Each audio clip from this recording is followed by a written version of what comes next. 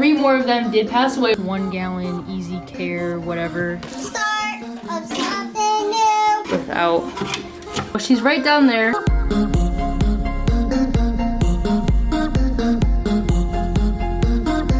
Well, that's great. Just tried to record the entire intro and it wasn't recording the whole time. But hello and welcome back to the channel, everyone. I'm so excited to say that every other day. It just feels so good, you know, to be back on schedule. So yes, I am back on schedule. New video Monday and Wednesday. Wednesday's video you definitely want to see, so make sure you guys hit that post notification bell on. Don't really say that too often because I don't want to be like that YouTuber that's like, oh, hit that subscribe button, hit that subscribe button. Like, I don't want to be like that, okay? I don't want to be like that. Before the video continues, I just want to put out there that this is a temporary holding tank for this extremely small 3/4 of an inch BETTA. This is not its forever home, permanent home. I personally do not recommend that you put a BETTA in anything smaller than a 3.5 gallon. That's like pushing it for me. I just like BETTAs to be in 5 gallons. That's just my personal opinion. Also, another disclaimer, I did put substrate, plants, driftwood, rocks. And the reason I did that is just to maybe help alleviate some stress, have some coverage, places that she can lay on, stuff like that. So if you guys remember, like 2 or 3 weeks ago, I went to PETCO, rescued 5 baby BETTA fish that were extremely small. Oh yeah, and I got my haircut today. You guys like it? Comment down below if you like my haircut. And then like a week later, one of them did pass away.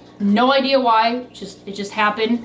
And then I don't even really want to talk about this, but 3 more of them did pass away within the next week. It's just really frustrating to me. Now we are left with 1. Obviously, if the other 4 passed away, there's a very high chance that she will pass away. But I want to give her a chance at life. Created this tank that you guys are going to see in this video for her. And I created this tank for her just because she has a swimming problem. I don't know what it is. I don't think it's swim bladder. I think she just has a swimming problem. I don't know what it could be. I noticed that when I purchased her, she'll swim straight and her back will drop. And then swim straight and her back will drop. It has improved a little bit over time that I've had her. I want to take her out of there to give her a smaller volume of water. So instead of a 10-gallon tank with a sponge filter, and although she can swim against the current, you know, obviously it's a lot of work to be swimming all around this huge 10-gallon tank. And it's like, you know, there's plants and stuff, but like, it's not like, you know what I'm saying. So I decided to create this for her, and there's plenty of places for her to rest on. And I did put substrate in here because she doesn't seem to have a problem finding food, that is for sure.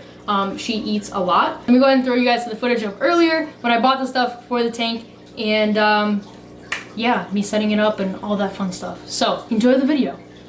To run in here real quick and get the tank. This way here, we have it, you know what I'm saying? I really need to start holding the camera up here. I hold it down here so often. It's not good for my double chin. They don't have too many options. I just want to get something small. It's a temporary home. And then we'll end up probably getting the BETTA a 5-gallon if it does live.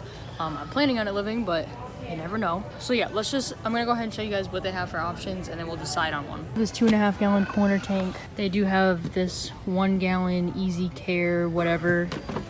They also have this 1-gallon corner tank. They also have a 3-gallon like circular thing, which I don't really like, so I'm not gonna get that. Then they also have that back there, but there's no filter to that, so I don't think we want that. And actually, there isn't technically a filter to this either. It's just easy for water changes, so I don't think we're gonna get this one either. All right, so an employee actually came and got this one down for me, so we're gonna go ahead and get this one. It's a 1.5 gallon, it's $20. A little expensive for a temporary home, but we're gonna do it. It's gonna look really nice, got some driftwood and some nice substrate, so let's check out.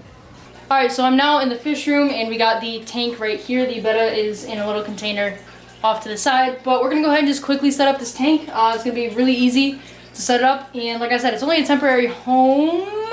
And then after, you know, when she gets bigger, we'll get her a bigger tank. And whatever we do with this tank, I don't know what we should do with this tank afterwards. Maybe shrimp or something. I don't really know what can go in a 1.5 gallon tank, honestly. Comment down below your suggestions for a 1.5 gallon. But yeah, let's just go ahead and set this thing up. Finally, I have my tripod back, so I can actually do like decent-ish angles. I know today's angle isn't the best, but I gotta hurry up. So this is the bottom.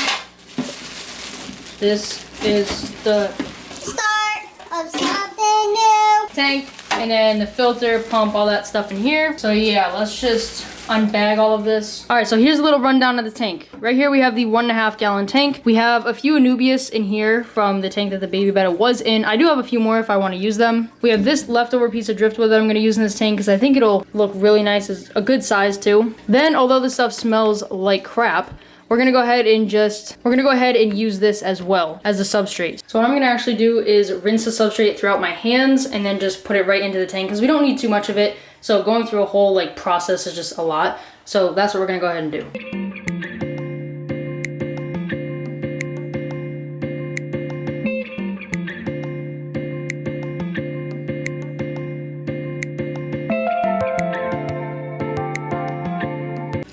All right, so now the substrate is into the tank and I did rinse it pretty like easily. What I did is I took a plastic bag, poked a bunch of holes in it with a thumbtack.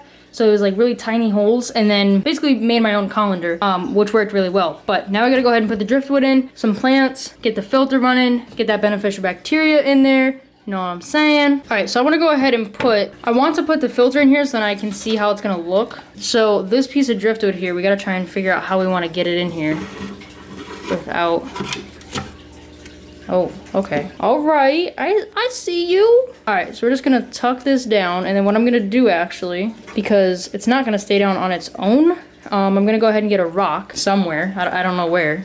I'm gonna figure out the whole rock situation, then I'll get back to you guys. All right, so I think I figured out the two rocks. So this one right here is kind of holding down this like larger part because it's a bigger rock, obviously.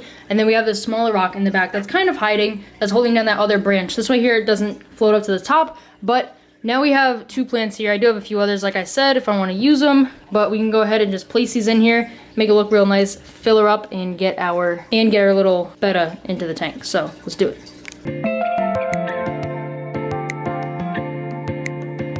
All right, now that right there is a really nice tank. So I'm gonna go ahead, I'm gonna get the lid on. Here's the lid. Let's put that on like so. I'm gonna go ahead and put the light on it. We wanna make sure everything works, but we can't make sure the filter works without water. But we wanna make sure the light works and we wanna see what it's gonna look like. So I'm gonna go ahead and just plug this in down here. All right, let's see. Ooh, dang, that looks so good. This is literally the perfect size of driftwood because it goes, like, it touches like each corner and stuff. It's really, really nice. And I also do like the rock in there, even though it's just to, you know, hold the spiderwood down, but I'm gonna go ahead, roll some B-roll of it empty, and then it's gonna switch to it being full. Then we'll put the BETTA in. You guys ready? Let's go.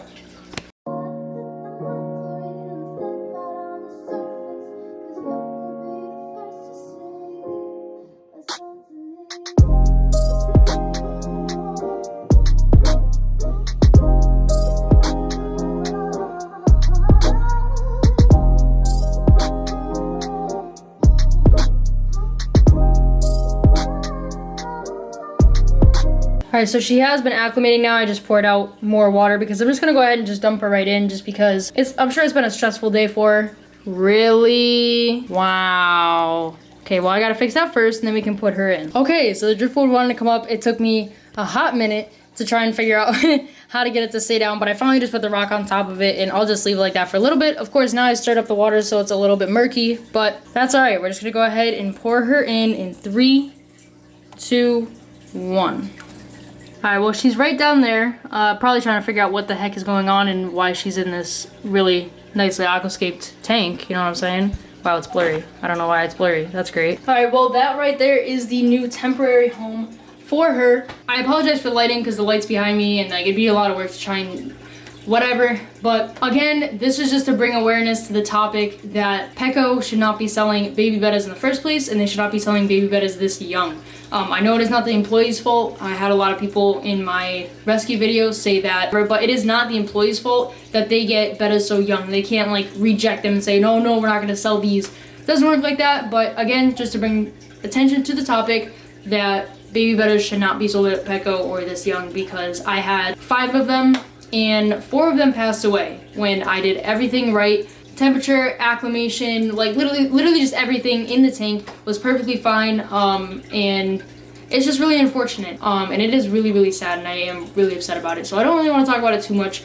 I mean, I'm glad that this BETTA hopefully will enjoy her new tank. Like I said, she does have that swimming problem, but hopefully she will get better in this tank. It is a smaller tank, the flow is really light. I wasn't gonna make a video doing this, but then I put on my Instagram if you guys wanted me to.